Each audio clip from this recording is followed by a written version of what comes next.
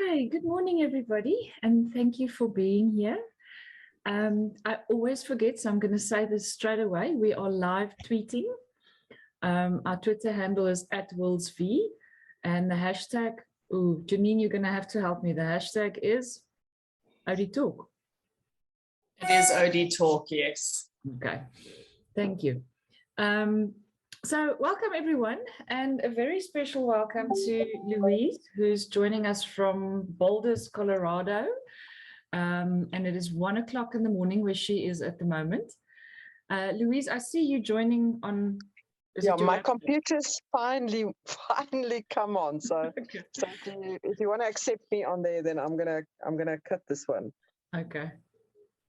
Thank you. Recording in progress. There we go. Okay, that works better. All right, so I'm gonna get Louise to do a bit of a. Oh, there's Christina as well. To do a bit of a introduction, but just from our side, for those of you that knows Worldsview, you know that we are absolutely in love with everything organization development, and leadership development is how we got started back in the 90s.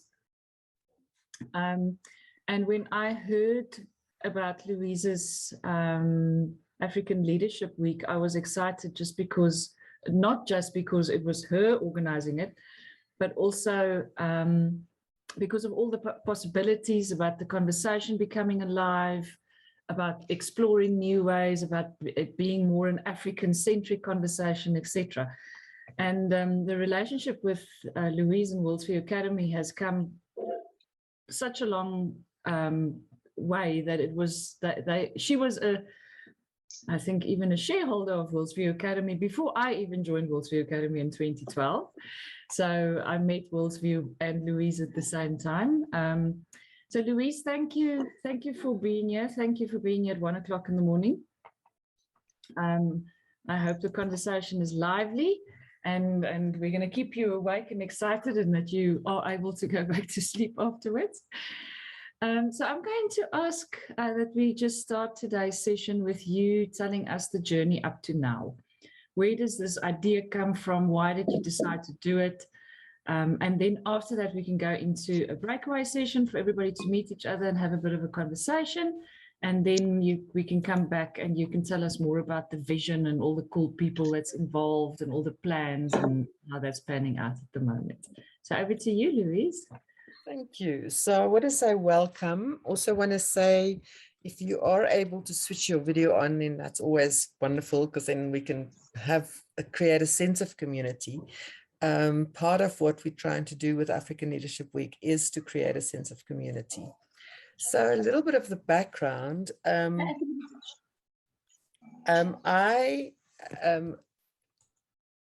many of you know, I've always had a dream that says, let me step back one moment here. So when I went to Tuli Madonsela last year or the year before to say that I'm leaving I'm going to hand over the leadership for Partners for Possibilities to someone else, and I'm kind of looking at what is my next and where do I go from here.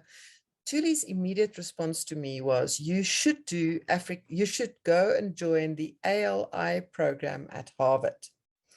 So I don't know whether anybody knows ALI, but it's the Advanced Leadership Institute, and it's specifically designed for senior leaders who are leaving a office of a CEO or whatever office they're leaving, and who now have to figure out what is their contribution for the next few decades going to be. And it's an amazing program. If anybody's interested, it's a program that was developed by Rosbeth Moss-Kanter, and they have every year, they have about 60 to 100 senior leaders from around the world on this program at Harvard. So I had a very strong visceral response to that idea, because I feel it's time for us to change the story that the answer to the world's problems are going to come from America. I think Africa and the global South has to step into its power with regard to acknowledging the amazing work that is being done in Africa and then sharing that with the world. So that's been a dream for me for a long time, is to say, how do we change that? So the idea of going to Harvard didn't appeal, and I needed to find something else. So long story, so I said to Tuli and Jonathan Jansen and other people who had a similar kind of suggestion to me, I said, I hear you, and I want to figure out how to create an ALI in South Africa. That was my first kind of question, that we can create this experience of taking our leadership to the next level for ourselves, that is context specific, that is about Africa stepping up and leading. And then my sister, in her wisdom, arranged for me to do a walk last year, the Action for Inclusion walk, which was the walk from Stellenbosch to Pniel, that was arranged by Tuli and her team, Tuli Madonsela. So, and I, for those of you who were on the call with Tuli a few weeks ago, you will hear her say that she thinks that walking in the mountains has become the next golf, because every time she's in a conversation, when she walks with other people in the mountain, amazing things happen. So this was no exception. We had an amazing conversation walking in the mountains. And we talked about this idea of Africa stepping up and leading. And one of the things that we talked about was, we kind of dreamed about what would it take for people from around the world to come to South Africa to learn about leadership. And the first thing we realized is that as things stand at the moment, we're probably not going to attract people to come to South Africa to learn about leadership, because we're not a shining example of great leadership. There are pockets of great leadership being practiced, but if you look at the kind of global, or if you look at the whole of our nation, there are some really big challenges around leadership. So our question was, what would it take for us to change that? What would it take for us to really change the quality and the impact of leadership in South Africa? And also, what would it take for Africa to not be a recipient, which is what we've been for many, many years, but actually become recognized as a contribution to the rest of the world? So 4 hours later, that conversation continued. There were many people involved in the conversation. So there were lots of different people on the walk. It was the CEO of Visit Stellenbosch. It was one of I think it was the deputy mayor of Stellenbosch, some young students, lots of vibrancy and energy in the conversation. Anyway, long story short, when we got to the end of the walk, we had decided that we were going to do what we know how to do, to create a community of leaders who would feel a sense of belonging to something bigger than themselves, and who would be committed to collaborate across boundaries to deal with the significant issues facing Africa. And at the same time, strengthen the leadership capacity in the country. And, so we had this big audacious, I've got a slide and I can share the slide if we're ready to have that conversation at some point. But so we had this kind of, and then we said, well, the first thing to do, if we're going to do that, and we realized that that's a 10-year vision, it's not something that will happen overnight. The first thing we need to do is we need to plan to get together, to be in a room together or in rooms. And we came up with this idea of gathering once a year and being in conversations with each other that are impactful and meaningful for us as individual leaders, where we can co-create a community of leaders with a dream for Africa across all of these the traditional boundaries of sector. So we felt that this was for business, government, and civil society. And so we had this idea, and we a few weeks later we agreed that there's a date, and that 2022's gathering will happen in Stellenbosch, really because we had the CEO visit Stellenbosch, and she said, I can help make it happen. And then we started conversations, and I think so far we've probably had I don't know how hundreds of conversations with people who are excited about this idea. And we've decided to really practice what we preach with regard to make this relational, and so to invest in the quality of our relationships, knowing that if we do that, then we have a much better chance to do something big and bold and audacious together. So that's the background, Liesl, and there's and we've also wanted to really do this as a decentralized initiative, that it's, even though it was Tuli and I had the idea, we don't want to keep it, we don't want to constrain anything. So we want to kind of create a platform where people are invited to bring their gifts and contributions. And we can talk a little bit more about that later. So the idea is really to mobilize a movement. And just one little kind of teaser for where the conversation is now. A few weeks ago, we had a conversation, actually it was, last week, we had a conversation, and one of the guys on the call kind of shared his own personal dream of having citizens across the country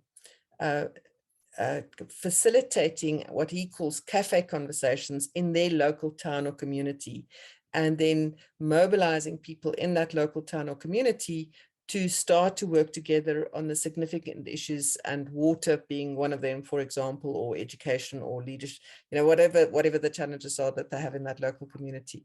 So the idea is really starting to kind of get legs around the country as more and more people join the conversation. And I have lots of stories like that. So is that enough in terms of the background, Liesl, and the story so far? You are muted. I think so, Louise, because we're going to have time to talk more about the bigger vision and so on. So maybe we do the breakaway room so people can meet each other and chat a little bit. And in the breakouts, we were thinking meet each other, and maybe talk a little bit about what you think the big challenges is in terms of leadership in South Africa and Africa, whatever your context is and what is comfortable for you to talk about. What are those big challenges that we need to solve, and what's happening? What are you seeing around you? And then we'll come back and take some feedback, and then we'll get Louise to share with us her vision and some of the exciting things that's already happening and so on. So let's get some feedback from some of the rooms. What did you talk about? What do you think those big challenges are? What came up in your conversation?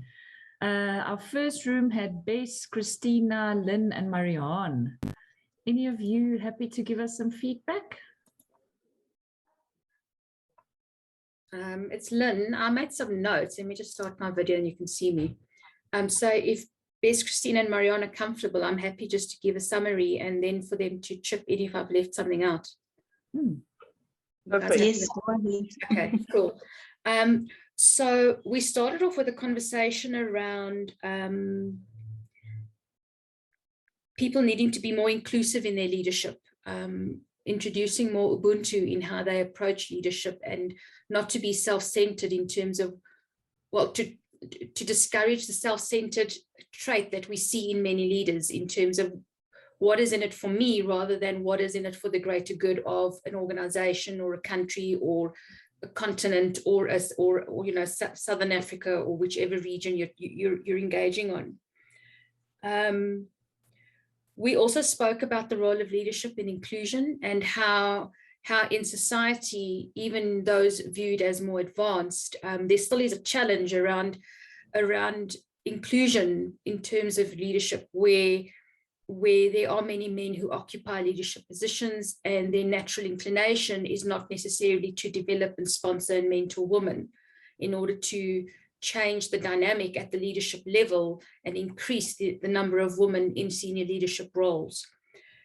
We also spoke about the concept of outward inclusion, which also speaks to the mentorship sponsorship type of thing in terms of how leaders' focus should be. How do I be as inclusive as possible in terms of how I lead? we spoke about, you know, a leadership void in terms of education in that regard, where we sometimes expect people to be leaders by osmosis instead of providing proper leadership training in terms of what does it actually mean to be a leader who can contribute to the greater good of society. I suggested that maybe we, I don't know, start some kind of interventional programs at school level. I'm not sure where. Marianne also mentioned the importance of leadership in the home. So what do we role model to our children or to extended family in terms of leadership? How do we show up as leaders? We spoke about an ownership problem. So sometimes leadership is somebody else's responsibility. That also speaks to accountability. And we also spoke about changing the narrative around leadership. So what stories do we tell about what good leadership looks like? And I've mentioned the word role models. So who are our role models and whom do we aspire to be like? Bess, Christina, Marianne, please feel free to chip in.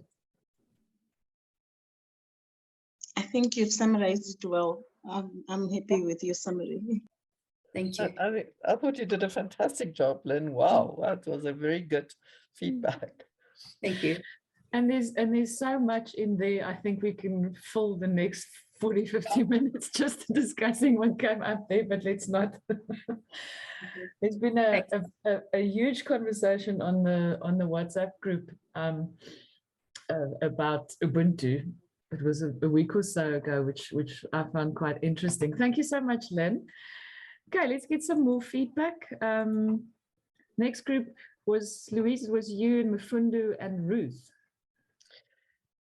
Yeah, I'm going to ask Ruth whether she wants to share something about what she took out of that conversation, if she's willing to. So we didn't get to South Africa's challenges. We spoke a little bit about our own challenges, and the question around feeling like you want to contribute something and knowing that you have something to contribute, but not knowing where to start. And so the conversation went from there into challenging ourselves as practitioners, as people who work in this field, around being uncomfortable with the not knowing and, you know, living into that process, but making it part of our practice. So it was almost a reminder of grounding ourselves right back into that space, you know, grounding ourselves into what we facilitate and teach and work with every day. And I'm just sitting, as I'm saying this, imagining that must be how a lot of our leaders feel in some or other way. So Louise, I don't know if you want to take it from there. No, I think that's great. I don't know whether Mfundu wants to add anything, but we were talking about the need for us to cross boundaries and share learning and strengthen each other and create the sense of a learning community. You know, I think, Liesl, that is what you and Wolsey have been doing, but you know, it's probably never going to be enough. There's always more that we can learn from each other and with each other. And you know, so I'm doing a leadership development course at the moment, and the message that's been so front and center this whole week is we are so much more together than we can ever be apart. And I mean, that's been a mantra for me in my life. It's just always lovely to hear that being confirmed by other people. So I think that's enough from our room. MJ was with us for a bit, but she had to drop off because of a problem with her phone. So I think we'll move to the next group. Okay, thank you. And Louise, it's so true that every time we get that magic happening, you just want more of it. It's like, look, we can, but how can we not stop? Like, I don't know, keep the momentum going. Room 3, Anita, Jabulile, Malebu, and Rosanna. Any of you happy to share with us? Anita, please go for it.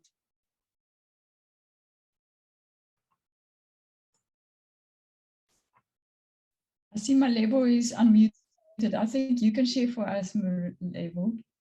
No, I think I'm on unmute. I don't know. Anita, please share. I think you were summarizing nicely for us.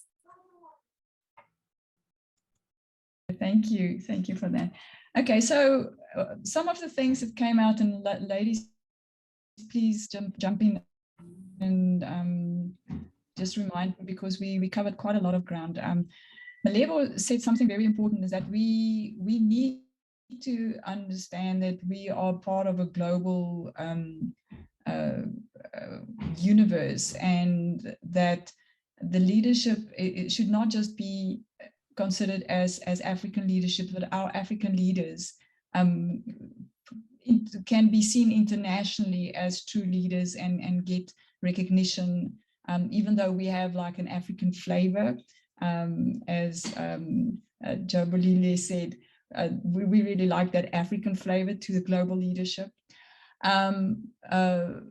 Malebo talked about us needing a lot of data, and I like that, because you know what constitutes a good leader? How much do we really know about you know, what true leadership is, and what it should be, and what makes for a good leader? And there should be a lot of data that we gather before we start making certain recommendations and come to conclusions about what constitutes good leadership. From my perspective, it was that I feel that we have quite a lot of good leaders in Africa that perhaps do not get the recognition that they should be getting because of professional jealousy and the tall poppy syndrome, where, you know, if you're from the wrong party or whatever, that you do not get the support and the acknowledgement that you deserve. And that we actually need to, especially of the younger leaders, we need to raise up and celebrate and support the younger leaders. Yeah, and I'm sure that there was a lot more said. So please, Malevo, Jabulile, and Rosanna, please jump in and add to what I've summarized here.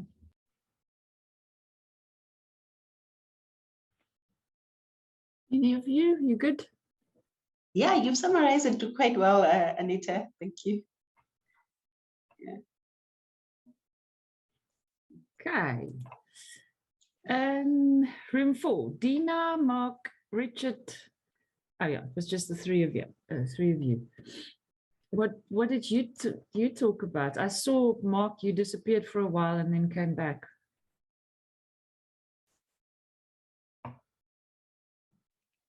I did the opposite of Louise and jumped off my laptop and went on my phone so that I wouldn't just, so the sound is better, yeah. so I can contribute without yeah. Dina, are you happy for me to start and you take over? I'll take that as a yes. She might be on mute. Yeah, we were also looking at the context of Africa as an attractive proposition, you know, and I think the challenge to that is our own mindset around it, our own belief, and how we see things. And even businesses here needing to go to Europe and the States in the assumption that better leadership principles live over there, when actually if we look within, we have it all here. And actually the fact that we're greatly challenged in so many ways means that we have to, in real time, in real application, walk the talk to actually just get by. But let me get back to the Africa as a context, you know, just using the uniqueness of the place. It's a wonderful context to explore leadership. So you don't have to have all your ducks in a row to do that. And I think that's what the assumption might be, is, well, we need everything in place. We have, you know, we've got so many challenges, infrastructure, corruption, etc. I mean, you can just go on. What if we didn't focus on that? What if we focused on the unique proposition and what we do have, and you know, created us as one of the most magnificent and attractive propositions for the global community to come together here to explore the theme leadership. It's kind of, I'm putting some of my own words in there, but I'm taking the threads of the conversation, kind of putting it together. That Richard or Dina, happy to add anything to that?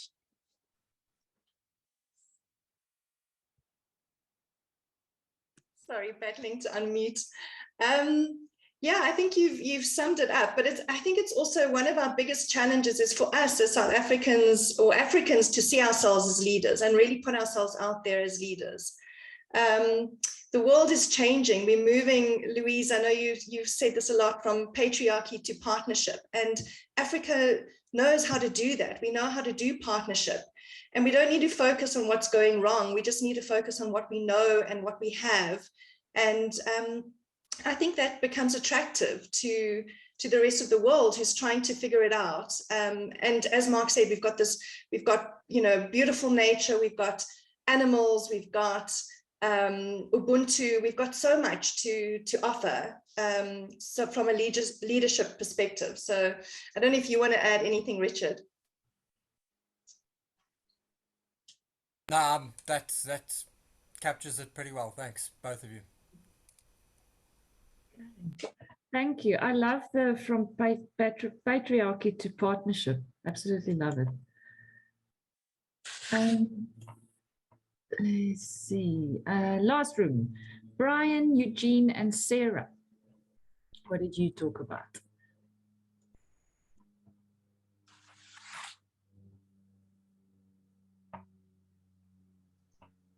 Sarah, don't you want to share some of those beautiful insights you had? I was hoping you would, Eugene. Okay. Yeah, I think some of the, we had a lot of good discussion. I think one thing that stood out for me was the concept that Brian introduced, thinking about creating a culture of social safety as opposed to psychological safety. And I like that paradigm shift, because only in a safe space can people emerge and contribute with particular leadership. The other thing we spoke about is some of the challenges with once people become leaders and not necessarily have the skills or training or support, and that we need to break this culture of entitlement when once people step into those positions. And a lot of it is also the process and thinking around how do we merge traditional, a lot what people spoke about earlier, the traditional approaches and the concepts of Ubuntu, emerging those and marrying those with some of the more kind of Western trends. But I think my own thing is we need to just recognize that we actually have those concepts and that those things must emerge as the dominant ones. But that's got nothing to do with the group, that's me. I don't know if Eugene or Brian wants to add anything. So for me, and that the last thing I think that was key is that the leadership, any leader's key role is to develop other leaders. So in my words, I always say, try and work yourself out of a job, then you're doing the right thing. Thanks, I'll stop there. Thank you, Sarah. That's very much part of the credo of OD practitioners, is to work yourself out of a job. So right on the money there, if you ask me. Thank you. Sorry, Eugene. Did you want to add something? No, I just said that was a nice summary. I mean, the only thing that I would add is the notion of taking some of the beautiful richness of our cultural diversity and leadership capabilities and making that come alive from an African perspective. One of the examples I used is a CEO that we appointed at a client who stepped into the space and brought his rich cultural upbringing and background seamlessly into the Western world and led from a space from within, and through that naturally created this huge sense of social safety where people were really able to speak up. And I so often see in organizations that we say, you're welcome to speak up, but when you speak up, our faces change and our body language says, you're actually not welcome to say that. And for me, this guy got it right. And if we can build that sort of seamless integration of some of what we have from an African perspective into into a combined world where we can lead from a different perspective and grow leaders from a different perspective. That for me would be the challenge to overcome. Thank you.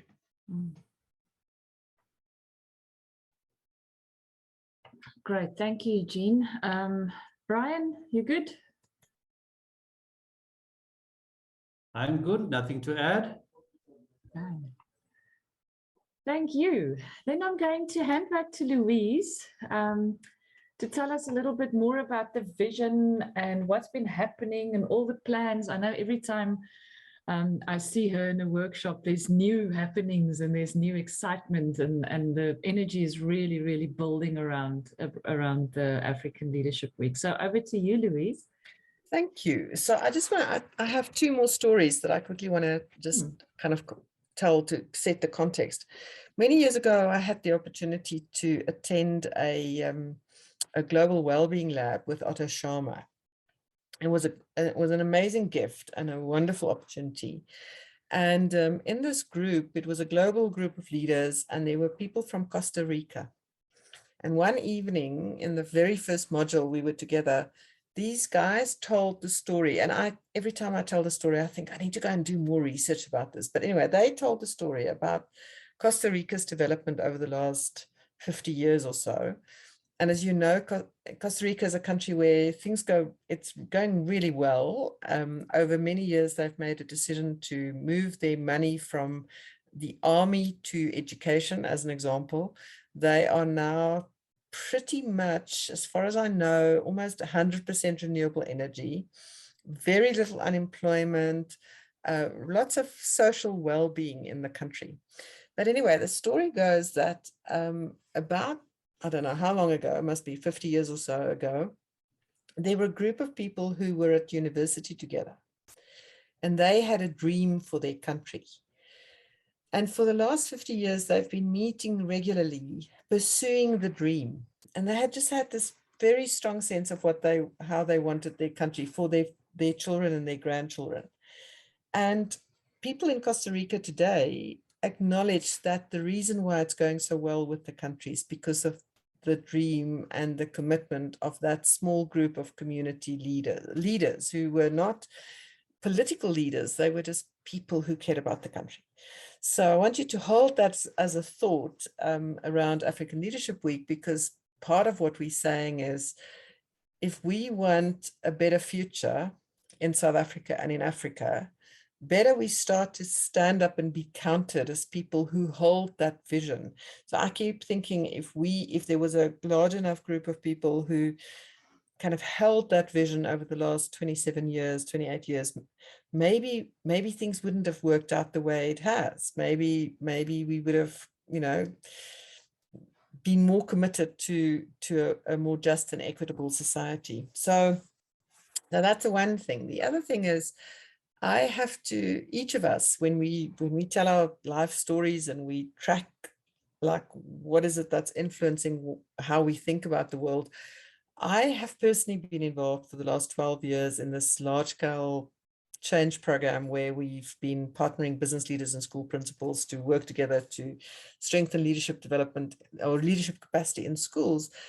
And I can't be in any conversation today without acknowledging what I've learned from that experience. But the most important thing I've taken away from Partners for Possibility is such a sense of possibility about what is possible when people come together across boundaries. Because we've seen the miracles happen all the time. And I'm looking on this list, and Ruth and Dina and Anita and Mark and, lots of people Marianne, who have been involved in Partners Possibility, that they all have their own stories. But I just know that I can't live in South Africa. I will not be able to continue to live in South Africa if I don't feel that I'm constantly pursuing the idea of being a contribution towards a better future. So the reason why African Leadership Week is important, it's much for me personally to just continue to remain in South Africa and remain committed. as it is for everybody else. So what I'm going to share with you now, I'm going to fast forward from that conversation with Thuli on the 27th of November last year to where we are now in May 2022, and share with you just the kind of at a high level, what people have contributed to kind of, what is our dream and our vision here.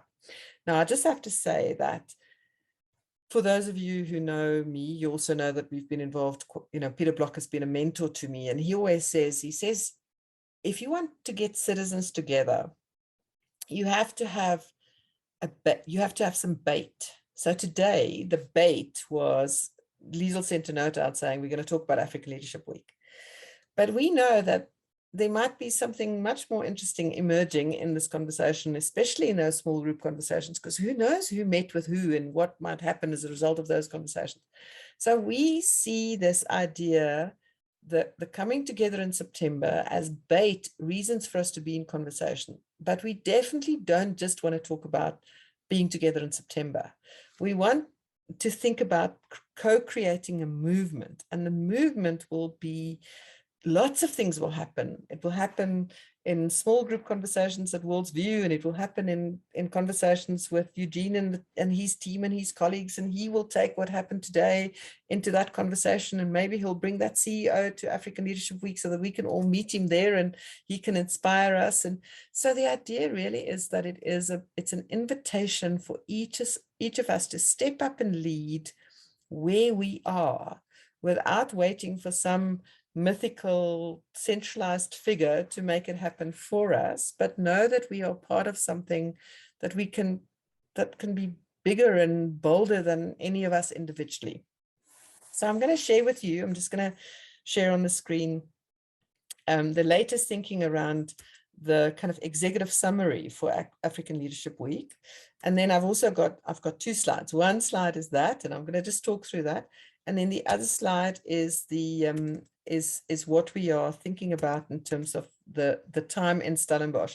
But I want to be clear that I do not want to, just want to talk about the time in Stellenbosch, because we also want to talk about all the other things that are happening and all of the other conversations that are happening. So let's just a quick, going to just go through the slide. So firstly, African Leadership Week is for leaders who are committed to a better future and who know that leadership is a key enabler for social change, which I'm sure is the case for all of us. So I'm quite committed, quite clear that that's where we all come from. And I'm struggling now to stop. I just want to hide the video panel, otherwise it keeps coming up on my screen. So let me just do that.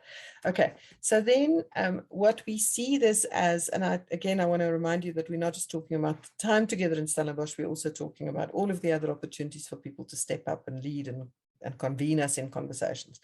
But so we see this entire thing as an opportunity to firstly create a community of leaders. And what binds us together is this dream for a more just and equitable world where all citizens are able to flourish, within organizations, outside of organizations in general. So it is about a kind of having this big audacious dream of a world where people are able to flourish. Now, when we started, many of the conversations was focused on South Africa or Africa. And we've decided that we definitely don't want to make this exclusive in any way. We want everybody to feel that they're invited. And so that's why we talk about a world rather than an Africa or a South Africa. We know that when people feel that they belong to something, they're much more willing to kind of contribute their best. So we want to work together to create a sense of belonging to this community. And we want to create an opportunity for everybody who wants to, who are choosing to participate in pursuing this significant and important objective, a world that works for all. So this isn't about, someone, I think it was Lynn right at the beginning, was talking about inclusivity.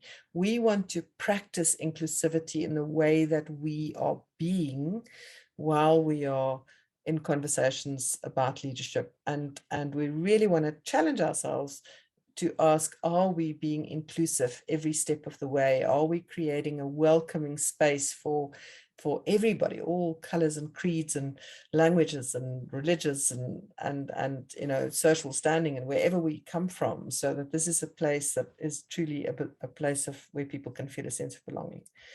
Thirdly, we've seen time and time again that when you bring people together across boundaries, then that catalyzes collaboration. And we've already seen collaborations being catalyzed. So we want to walk together as leaders from business, government, and civil society to co-create the future we committed to. But what we know for a fact is that those kind of collaborations happen because we're in relationship with each other. So I had a very interesting conversation with Wayne Divenocher from Outer a few weeks ago. And I said to Wayne, every time when you and I are at a conference together, you know, we show up as leaders, we're on a stage, we speak at people, but we're not in a conversation where we can meet each other's, you know, feel and experience each other's hearts. And so African Leadership Week really is about creating stronger relationships, but we need to start with getting to know each other and invest in our relationships with each other so that we can walk together. So we want to see many more collaborations happen. We also know that when we hear stories, so I'm just thinking that story about what Eugene told us now, when we hear stories about people who are doing amazing work in their organizations, then we are inspired and encouraged by that. And we leave that conversation thinking, oh my goodness, if they can do it, maybe I can do it as well. So we want to create opportunities for people to be inspired and encouraged by other leaders. We have already had quite a few conversations. One we arranged a kind of call with Lorenzo Davids, who's doing some amazing work in Cape Town around public sector, public transport at the moment. We had a wonderful conversation with Dr. Roel Khoza. We had a wonderful conversation with Thuli Maranzela. Those conversations have really inspired us, all of us, and we've got recordings of those, but we want to arrange many more, and very keen to hear from anybody who has any suggestions or who want to host a conversation under the banner of African Leadership Week. We really want to make this a space where people feel they can just come and play. Number 5, and I have set 2 more, so I'm just quickly want to just give you an overview. We also know, many people have said to me that, you know, one person said, Louise, I'm fed up of being fed up.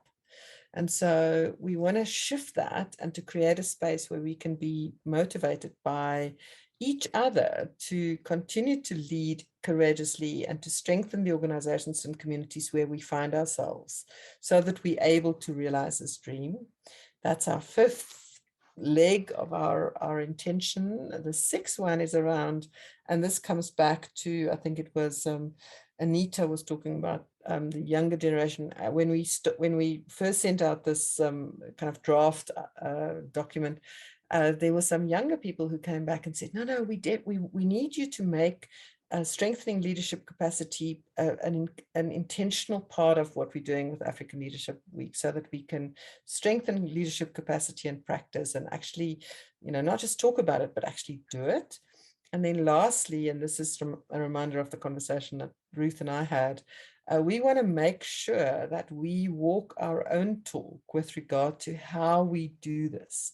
So, and I'm talking here about inclusive and collaborative leadership, but we, you know, one way of doing this is to kind of not have a centralized leadership structure, but for it to be decentralized, where it is a space where everybody can bring their gifts and contribution. So I'm going to stop sharing this and ask anybody who want to make a comment or say anything about that before I tell you about the plan specifically for the week. Any comments, thoughts, responses to what I shared? Anybody who wants to say, I'm curious, I want to know more. Definitely food for thought. Okay, please go ahead. No, you go, Jonathan. It's Christina, if I may. I think listening to the last point, number 7, walking the talk, I was just thinking of an intervention where I have all leaders within the group, and that's Outpop, coming out and us walking the floors and talking, because we have a very conservative business. And I think just listening to you, it resonates with what I want to do. It's something that I believe leadership seems to lack, to not just say things, but to walk out there and be seen as a representative that lives up to the values of the business and what the business stands for. So I like that thought, and I'm looking forward to learning more about this journey that we are embarking on, because I think it resonates with what I want to do as an individual. Fantastic. Thank you. Jabulile, you were starting. That's so exciting to hear that, Christina. So I just want to say one way in which we are going about making this all happen is we have a WhatsApp group.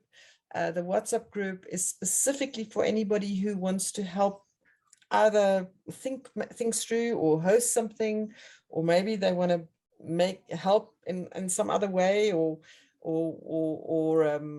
invite other people to join. And that WhatsApp group is it's not a very, I mean, there's a bit of traffic, but it really is an opportunity for us to start that sense of community already. We've got about 100 people so far, and those people are all saying, I'm going to come and I'm going to bring my friends. So Jabulile, we want to hear your thoughts. You were unmuted earlier. Yes, thank you so much, Louise. When you mentioned young people, we should, in our team, we were mentioning youth, because I mean, if I look into the future, is a number of leaders who are prominent leaders now, and those who have passed on, is exactly what you're referring to say we need to leave out that, leave out that leadership in that we have. And I think it's a lot of the community, and what resonates really with me is the relationships where you are able to connect with people almost heart and soul, and being able to say and almost understand where people are at, and being able to journey together in this leadership journey. And I think that's fantastic. And I'm already, thinking of, we spoke about the care of the givers with Dr. Suleiman, and what an example, even at the time that we live in, who has remained consistent global leader of note, really. And I mean, there's a lot to really take note, even in different spheres as well. Absolutely. And so Jabulile, just so that you know that we've already got 2 organizations, leaders from 2 organizations who are saying we are coming to Africa Leadership Week, and we're going to figure out ways in which we can kind of create this spirit of intergenerational wisdom sharing. One is Linda Smith's organization, which many of you will know, 50+ Skills, which is very intentionally about intergenerational wisdom sharing. And then the second one is the National Mentorship Movement. So they are want to be there, and they're going to be sharing opportunities for people with knowledge, wisdom, and skills to kind of be in relationships with people from a different generation, to share what they have to offer, knowing that it's always a co-mentoring experience. So those are just 2 examples, but we'd love to have many more. We'd love to have people bring their ways and means of bringing young people on board.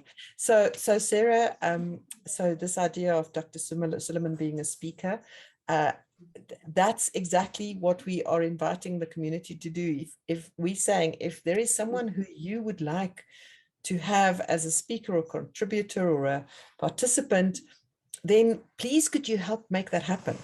Because what we're not doing is we're not going to all sit back and say, we're waiting for the organizers to make this happen. We want people in the community to say, oh, this is something I'd like to see happen. This is a conversation I'd like to kind of facilitate. This is a speaker, and I'm going to try and make it happen. And so the experience is going to be dependent on what we all bring to that conversation. So Dina, you've got your hand up.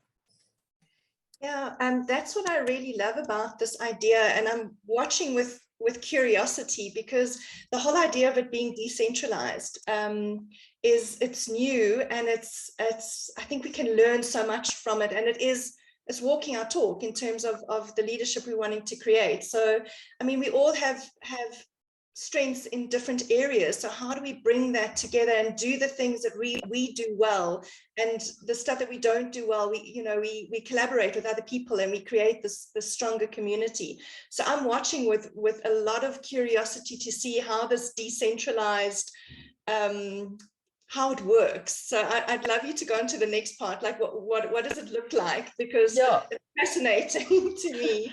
So, and you know, there's such a trap, personally, for me, to kind of go, you know what, this is just too uncertain. I'm just going to kind of tell you what's going to happen.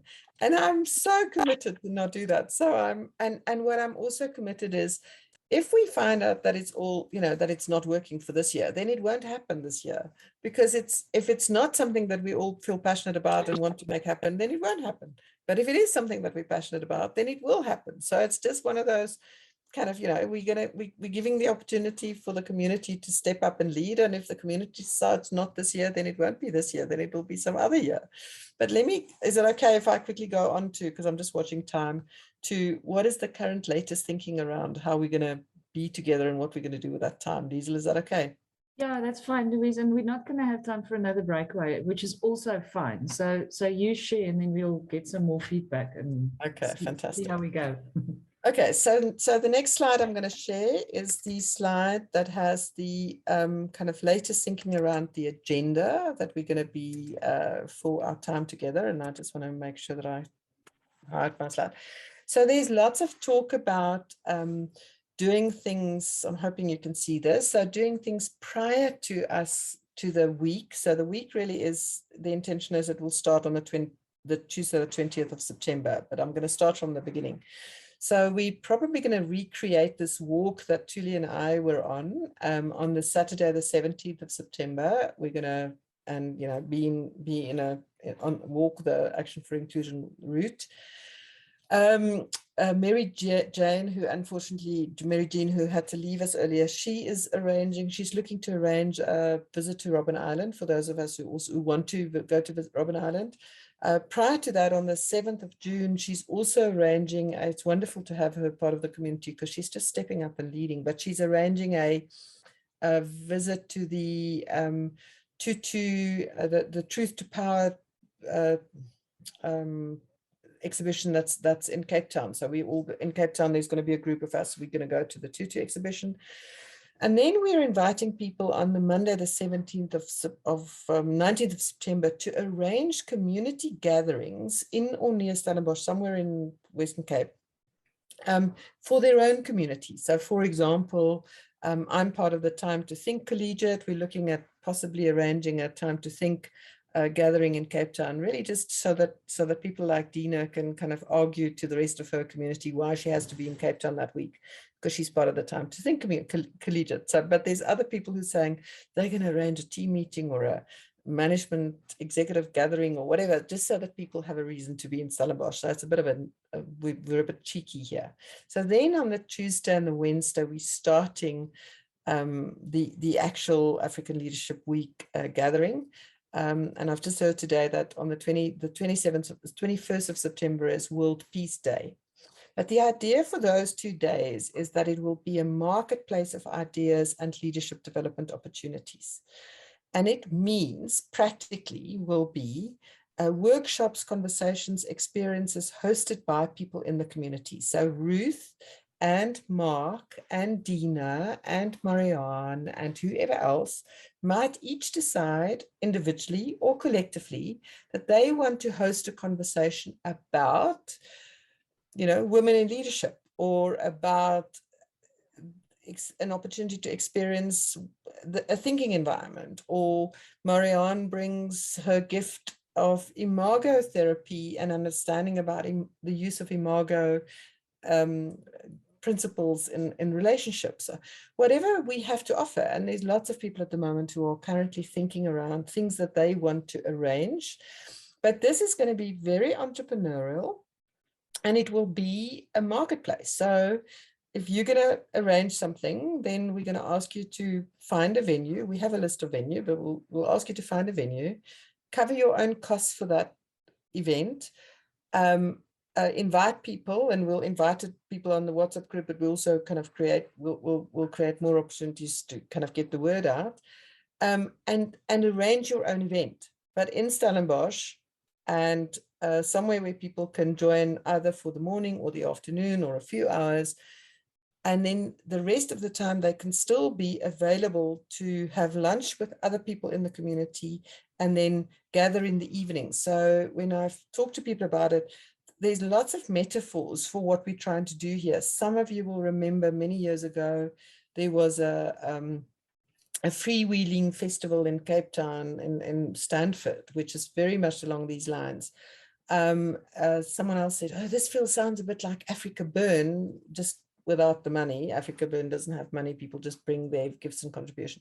Someone else says, oh, this feels a bit like the Woordfees, which is something that happens in Stellenbosch every year, where people kind of, there are all these events and you can book tickets and you can go to places, but you're also part of being in Stellenbosch for that week. Someone else says, oh, this feels like the Davos of leadership. So there's lots of kind of models that we can draw on. So and so the invitation for people on this call is, if you want to come be in Stellenbosch and offer something to the community, or the Tuesday or the Wednesday, we're going to simply ask you to just put your hand up, say, here's what I'm going to offer. That's going to go onto the microsite. And people will then book directly with you and cover whatever costs you need to get covered, so that that event is a success. And we're really inviting people to do things. I mean, you know, so apart from the people on this call, but last time we had Black Box, for example, which is an IT company. They are developing a service offering, and they're going to use one of the spots on Tuesday or Wednesday to invite people to help co-design a solution for something that they're working on. So it has to feel that it works for everybody. So that's the Tuesday and the Wednesday. And then on the Thursday and Friday, we're going to be together at the Stellenbosch City Hall. We are going to have to sell some tickets just to cover the cost of the venue and the food. But the idea is that this is where we come together with people like Tuli Madonsela and Jonathan Jansen and Mamokgethi and other of the big names who want to be part of this. Tuli, by the way, is probably going to run one of her workshops on ethical leadership on the Tuesday or the Wednesday, but then the Thursday and the Friday is going to be a large group session. We're going to use the 6 conversations of community, or our community building. There's quite a bit of background noise. I don't know, Liesl, whether you're able to mute that. Anyway, so, and then yeah, so Thursday and Friday we'll all be together. And then Marianne, who's on the call, said, can we arrange a party on Saturday? So Saturday is Heritage Day, and the idea is those who want to be part of a debrief will then have the opportunity to celebrate and be in community. Now, this is an emerging kind of plan, but I can't see it changing dramatically between now and September. And I also know that this will depend on who kind of put their hands up. So the number of events we will have on Tuesday and Wednesday will depend on people in the community. Thursday and Friday is going to be whoever's going to be there. And we're also not thinking the intention is not to have hundreds of people. We're thinking this year we might be maybe 100, 200 people. We've got 100 people on the WhatsApp group. If each of those people bring one other person, then we're already more than 200 people. But it is an opportunity for us to be in intimate conversations and relationships and strengthen our sense of community. So let me stop there and hear any thoughts. Dina, does that answer your question? And can I also just say, and we are very committed to figure out how to infuse our work with African and Indigenous wisdom, which is, we don't feel we've done enough over the last few decades, but we can do better. And Sarah is very committed to help us capture the African wisdom and get people excited about that. So Dina, did you want to say anything? Yeah, that's it's very exciting, Louise, and I'm in. I also want to bring with me Mam Kanyisile Motsa, who just won the Global Citizens Award. She's going to be celebrated in New York on the 20th. If she can get there, she needs to get a visa on Sunday. So, and she is just amazing, the work that she's doing. So I'm bringing her with, and hopefully she'll be one of our speakers. Fantastic. So I said to Dina, if you want to, this is probably the time where we need to get in a car and bring a whole bunch of people, and then we're going to do everything we can to keep costs to the minimum and make it accessible as possible. But that's very exciting. And then and so we will all be inspired by that story and that example, and we'll look for ways to weave that into the Thursday and Friday as well. So thanks, Dina. Louise, I see Malebu said in the chat, the African way also includes spirituality. Is that included? And my immediate thought was, bring it. There's no, like we just saw, there's no set agenda of these are the topics we want to cover.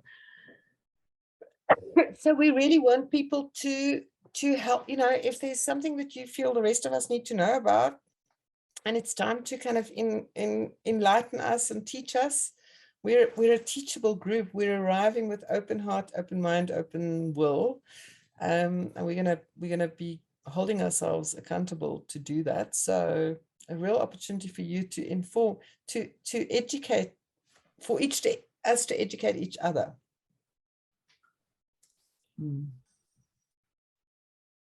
Did you have a third slide that you wanted to share? No, that's it. Those were the 2 slides, and we're really trying to make this, to keep this to the minimum. Those are the boundaries in which we're going to swim, and then we want people to kind of be as creative as they possibly can within those boundaries.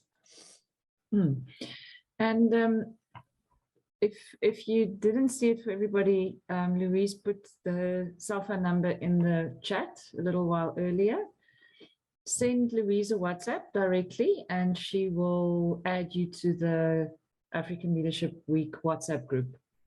Nice group to be on, because people are sharing interesting links and talks and ideas, and every now and again there's a little bit of a debate about something like Ubuntu the other day. But we're definitely getting the energy going. Yes, Louise. No, and I just the point here is that we want everybody to feel able to just put their hand up and say, I want to arrange a conversation. I don't want to wait for September, but I might wait for September, but I actually want to get people into a conversation now around a particular topic. And then we get people excited. And then when we come together in September, we'll continue to the conversation, and we'll use all of our knowledge and skills about how to host good conversations that matter. So it really is an opportunity for us to step up and lead. Yeah, so we have 4 minutes left, which we don't have to fill if we're done. But if anybody has any comments or questions for Louise, please feel free to speak up. Just unmute yourself and go for it in the last few minutes. So maybe I can say something. Hello, everyone. Hi, Marianne. It's good to see you, Louise. It's good to see your face again after your long walk. Be glad that you're safe back on the ground. But what I want to say is about the notion that we talked about this morning about Africa as a place to give something. I'm just thinking about all the presidents. Well, there's been many presidents that I can't remember, and was like they lived long before I was born. But I'm thinking about just in the time that I lived on this planet, when any president died, I'm not sure if there was ever a president that drew so many people internationally, worldwide. When he actually passed away, that was Mandela. And that is actually our first place of showing that Africa has got a gift, because we draw so many people. And he has left us a great legacy that we can just build on. But I mean, that just comes up for me as almost like as a concrete evidence that the world is interested in Africa, in South Africa specifically, and that we've got great leadership here, and we've got definitely a lot of people with lots of talents that people just don't know about them. I just spent the last 2 days with a group of people from Minopex, and I was just so stunned about it's lower level leadership. It's not higher up, but the talent, it's just so amazing. I was just, like Louise has many times mentioned, I just fall in love with the people because they're so amazing and they've got so much wisdom and everything to bring. And I'm just hoping that their leaders will see their potential and then keep on developing them. And I want to invite all the leaders that I've ever met to this conference. I don't know if they're going to pitch up, but if I can do something along the way, that is to keep on being very energized about this and keeping the energies and saying, yes, we definitely need to have a party on that Saturday, celebrating our heritage. And maybe we can even think about, I'm not sure, I don't know anyone, I'll have to find out, but get some of the people in Cape Town that come and demonstrate for us the real dance. And maybe even they can teach us some steps, because that is also something that's unique from this part of the world. So I think on that note, it's probably a good idea to kind of bring this to a close, but I really want to invite you to continue being part of the conversation. Thank you for everybody who joins up. In the WhatsApp group, I keep reminding us that we have 3 questions to ponder. One is, what do I want to make happen at Africa Leadership Week, and who do I want to do that with? And I'm going to invite you to kind of start to put a peg in the ground and put your name on the list. And secondly is, what do you want to experience? So if you want to experience Dr. Silliman speaking, the invitation is for you to help make that happen, because it's probably not going to happen. Someone else isn't going to take your wish and make it their command. We're going to ask you to kind of make happen what you want to see. And thirdly, who do you want to invite, and to start to invite people to join us. And we do want to make sure that we have a very diverse group of people and that we reflect the, South Africans' demography. And we want to have, as many men as we have women. We want to have as many people of color as we have white people, actually more, because our country has, majority Black people. So we really want to look for ways to create the diversity and reflect that in our gathering. Thank you, Christina. A reminder of Ben Zander. I showed a clip of the Ben Zander piece yesterday at the conference. It was such a lovely reminder. So thanks, Liesl, for making this happen. Thank you for your leadership. We appreciate you. Thank you, Louise, and thank you for being here and showing up.